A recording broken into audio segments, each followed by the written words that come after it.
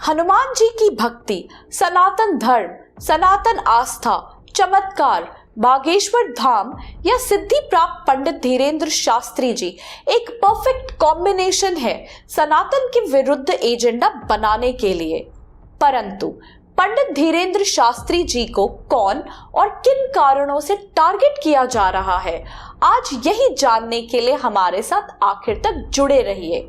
लेकिन पहले सनातन के प्रति पंडित जी के विचारों को जान लेते हैं। हिंदुस्तान में रहना है तो राम राम ही कहना होगा और हिंदू धर्म को सर्वोपरि मानना होगा। बिल्कुल सर्वोपरि मानना होगा, है ही सर्वोपरि मानना। क्या सर्वोपरि आज भी है, कल भी था और रहेगा। नहीं, मुझे मेरा धर्म सर्वोपरि लग सकता है, ठीक है, मैं तो सनातनी हूँ, लेकिन हो सकता है हर एक को अपना धर्म सर्वोपरि लग। धर्म बाकी है ही नहीं, बाकी तो पंथ है, धर्म तो सिर्फ सनातन है। बाप बाप होता है बेटा। बागेश्वर धाम से जो क्रांति उठी है, भारत हिंदू राष्ट्र हो, हमें अपने इष्ट पर भरोसा है, होगा। आपको क्या लगता है हिंदू धर्म को क्या टारगेट पे ले लिया गया है, आपको लग रहा है?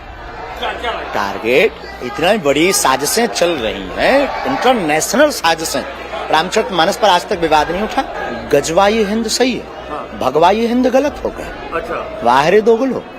अब अगर भारत देश में कोई इंसान ऐसी विचारधारा रखता हो और इसे खुलेआम व्यक्त भी करे, तो भाई इनका परिहास होना तो निश्चित है। तो क्या हुआ कि फेथ हीलिंग के नाम पे self declared evangelist profit Baljinder Singh और प्रॉफिट अंकुर नरूला खुल्लम खुल्ला हिंदुओं और सिखों का कन्वर्जन कर रहे हों। तो क्या हुआ कि ऐसे ही अनेकों क्रिश्चियन पास्टर्स जन्म से अंधों को या फिर हैंडीकैप्ड लोगों को यीशु का नाम बुदबुदाकर ठीक करने का दावा करते हों। तो क्या हुआ कि एक मौलवी टॉय गन से दुष्ट आत्मा को भगाने का क्लेम करता हो। तो क्या हुआ कि हीलिंग के नाम पर महिलाओं के शरीर का खुला शोषण किया जा रहा हो। परंतु मीडिया को उंगली उठाने के लिए सिर्फ सनातन धर्म ही मिलेगा और असल मुद्दे दबे के दबे ही रह जाएंगे, जैसे कि ये। अब ऐसे मुद्दों पे गोदी मीडिया चिल्लाने वाले, अपनी न्यूज स्क्रीन्स ब्लैक करने वाले ईमानदार पत्रकार और लिबरल जमात के मुंह में दही जम जाती है, क्योंकि ऐसी खबरें इनके एजेंडा को सूट नहीं करती। भला जब सवाल सैलरी या टीआरपी का हो तो सच्चाई को अनमास्क करना और असल में अंधविश्वास की दुकान चलाने वालों का भांडाफोड़ करना ऐसी पत्रकारिता के लिए घातक सिद्ध हो सकता है। और फिर सर तन से जुदा की घटनाओं ने भी तो इन बेचारे सत्यवादी न्यूज वालों की नींद उड़ा रखी है। वाकई में बहुत डर का माहौल है और इसी माहौल के कारण ये न्यूज वाले सच को कैसे दिखा सकते हैं। तो ऐसे में सेफ साइड चलते हुए आंखें मूंद सनातन की आलोचना का फिक्स्ड एजेंडा चलाना ही इनका कर्तव्य बन गया है, जिसे बाय द वे ये लोग बड़ी शिद्दत से निभाते आ रहे हैं। हाँ भाई, सनातनी अपने धर्म या देवी देवताओं की आलोचना पर सर कलम करने वाले फतवे जारी नहीं करते। अगर कर रहे होते तो हमारे फ्री स्पीच चैंपियंस आजकल बालाजी महाराज के भक्त बागेश्वर धाम सरकार के पीछे हाथ धोकर पड़े नहीं रहते। परंतु इसी बात का फायदा उठाते हुए मीडिया चैनल्स में इनकी सिद्धियों को जालसाजी प्रूव करने की रेस लगी हुई है।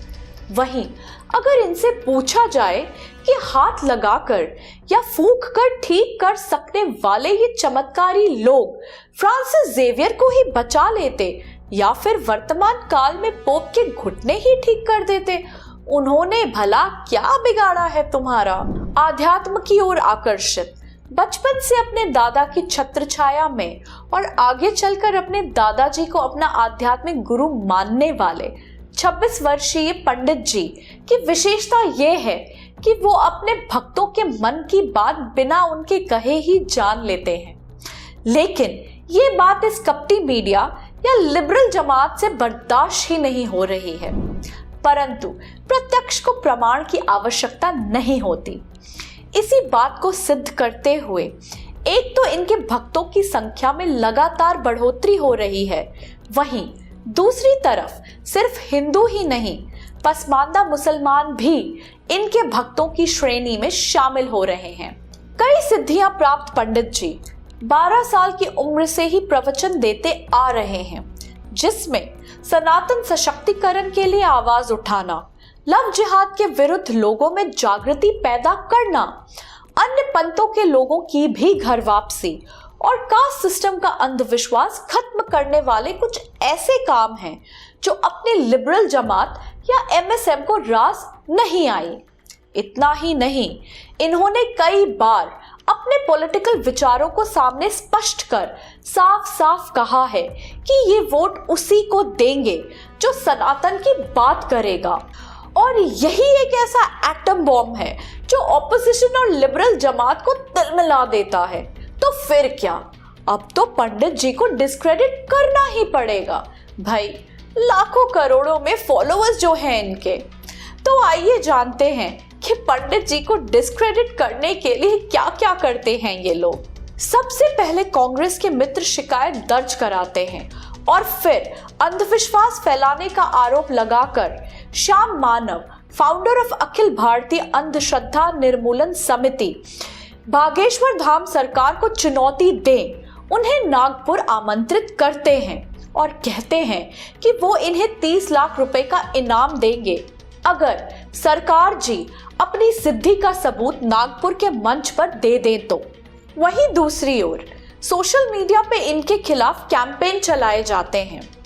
बहती गंगा में हाथ धोने के लिए मीडिया ने भी जादू की परी का मेंटलिस्ट सुहानी शाह को इनका भांडा फोड़ने के लिए अलग अलग चैनल्स पे इनवाइट किया और अपने टैलेंट का प्रदर्शन करवाया। चलो मान लेते हैं कि महाराज जी चमत्कारी नहीं बल्कि टैलेंटेड हैं, लेकिन वे स्वयं भी तो इस बात को स्वीकार कर चुके हैं। इसी तरह की बातें कह के ऐसे दिखाते हैं जैसे चमत्कार कर दिया, जैसे मेरे ऊपर हनुमान जी की बहुत कृपा हो गई, मैं भविष्यवक्ता हूँ, और फिर जो भोले भाले लोग हैं वो प्रभावित हो जाते हैं। हमने कभी ये नहीं दावा किया कि हम चमत्कारी हैं। आज भी आपकी अदालत में हम कहते हैं कि हम कोई चमत्कारी नहीं है, हम कोई ईश्वर नहीं है, हम कोई महात्मा नहीं है, हम एक आम इंसान हैं। रही बात उनके भोले भाले भक्तों को ठगने की, तो इसका सवाल ही नहीं बनता, क्योंकि वो चादर और फादर वालों की तरह किसी को भी अपनी बेतुकी हरकतों से रोग मुक्त कराने का झूठा दावा नहीं करते, बल्कि वे तो दवा और दुआ दोनों की ही बात करते हैं। देखिए, अगर बागेश्वर धाम आने से लोगों का इलाज हो जाता है तो फिर आपको कैंसर हॉस्पिटल बनाने की क्या जरूरत है? यही तो हम बताना चाहते हैं कि दुआ और दवा दोनों आवश्यक है। हमने ये नहीं कहा कि हम डॉक्टरों के खिलाफ हैं।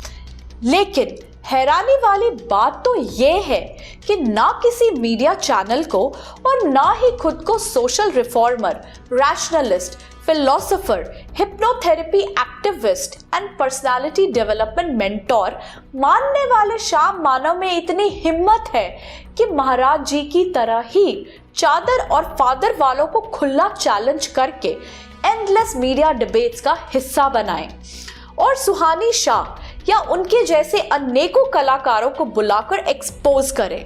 पर वो ऐसा नहीं करेंगे क्योंकि बहुत डर का माहौल है।